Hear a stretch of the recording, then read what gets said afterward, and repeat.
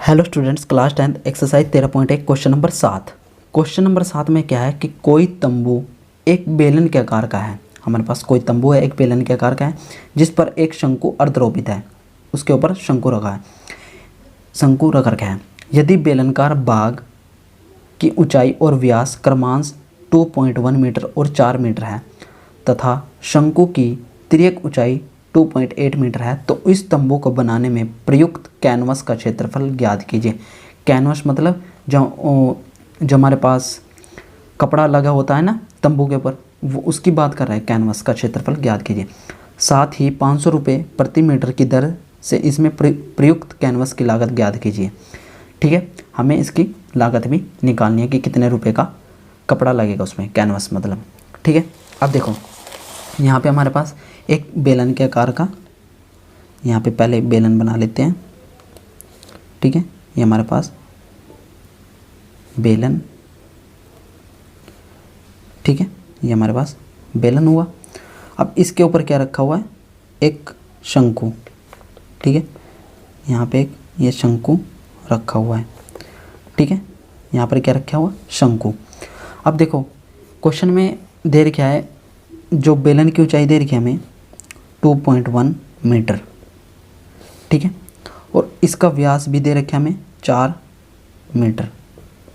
ठीक है, और तिर्यक शंकु की तिर्यक ऊंचाई यहाँ पे होती है। तिर्यक ऊंचाई कितनी दे रखी है हमें, 2.8 मीटर। हम मान लेते हैं शंकु की ऊंचाई कितनी हो गई है, h मीटर। ठीक है, तो इस तंबू को बनाने में प्रयुक्त कैनवस कितना लगा वो निकालना है हमें। ठीक है, अब सबसे पहले हम यहाँ पे लिख लेते हैं दिया क्या क्या है। यहाँ पे लिख देते हैं दिया है क्या है। इसमें सबसे पहले दे रखी हमें बेलन की ऊंचाई, तो यहाँ पे लिख देते हैं बेलन की ऊंचाई, जिसको हम h से डिनोट करेंगे। बेलन की ऊंचाई कितनी दे रखी है, 2.1 मीटर। ठीक है, बेलन का व्यास दे रखे हमें, बेलन का व्यास जिसको हम d से डिनोट करते हैं, कितना दे रखे हमें, 4 मीटर। अब बेलन की त्रिज्या निकल जाएगी, बेलन की त्रिज्या 8 से डिनोट करते हैं, कितनी हो जाएगी, 4/2, 2 से 2 घटा तो 2 मीटर। बेलन की त्रिज्या कितनी आई, 2 मीटर, तो बेलन की त्रिज्या कितनी आ जाएगी, 2 मीटर।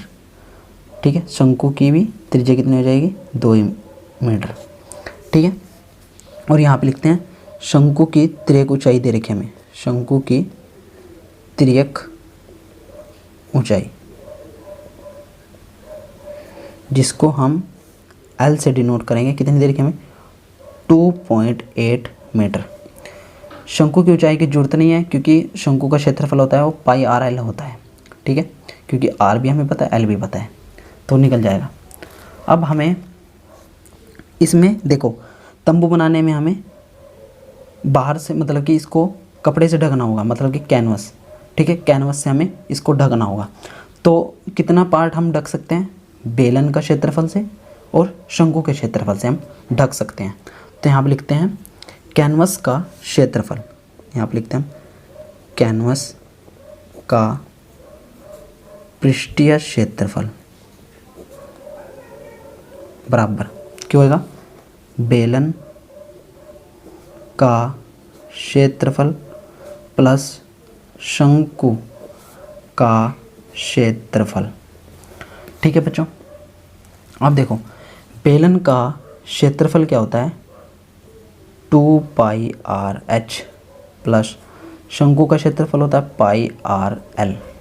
ठीक है, अब यहाँ से कॉमन आ रहा है πr, तो यहाँ पे πr कॉमन ले लिया, यहाँ बचा 2h प्लस l। ठीक है, तो अब इनका मान रखेंगे। पाई का मान हमें 22/7, r कितना है हमारा 2 ब्रैकेट 2, h कितना है हमारा 2.1 मीटर प्लस l कितना है हमारा तिर्यक ऊंचाई 2.8। ठीक है, अब देखो यहाँ पे आ जाएगा 22 दूनी 44/7, 2 की गुना करें 2 एकम 2, 2 दूनी 4, 4.2 प्लस 2.8, तो यहाँ पर आ जाएगा 44/7 ठीक है, 44/7 और 28 को और इसको प्लस करेंगे तो 8 और 2 10, 1 5 6 7, तो कितना 7.0। ठीक है, अब 7 से 7 कटा तो यहाँ पे आ जाएगा 44 जो मीटर स्क्वायर। ठीक है, ये हमारा आंसर आ जाएगा, क्योंकि कैनवस जो तंबू में कैनवस लगेगा उसका क्षेत्रफल कितना आ जाएगा 44 मीटर स्क्वायर। ठीक है, अब यहाँ पे हमें दे रखा है क्वेश्चन में, यहाँ पे प्रश्नानुसार 1 मीटर कैनवस लगाने की लागत कितनी दे रखी है हमें 500 रुपये। 500 रुपये हमें दे रखी है। ठीक है, 500 रुपये हमें दे रखी है कैनवस, मतलब कि उसकी लगाने की ताकत। ठीक है, अब हमें कितना चाहिए 44 मीटर, तो यहाँ पे लिख दे 44 मीटर कैनवस लगाने की लागत, तो 44 गुना 500 हो जाएगा।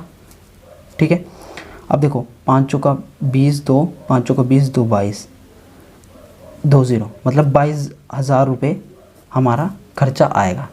ठीक है, टेंट को लगाने में, मतलब कैनवस लगाने में। ठीक है बच्चों, thanks to watching my channel and subscribe now.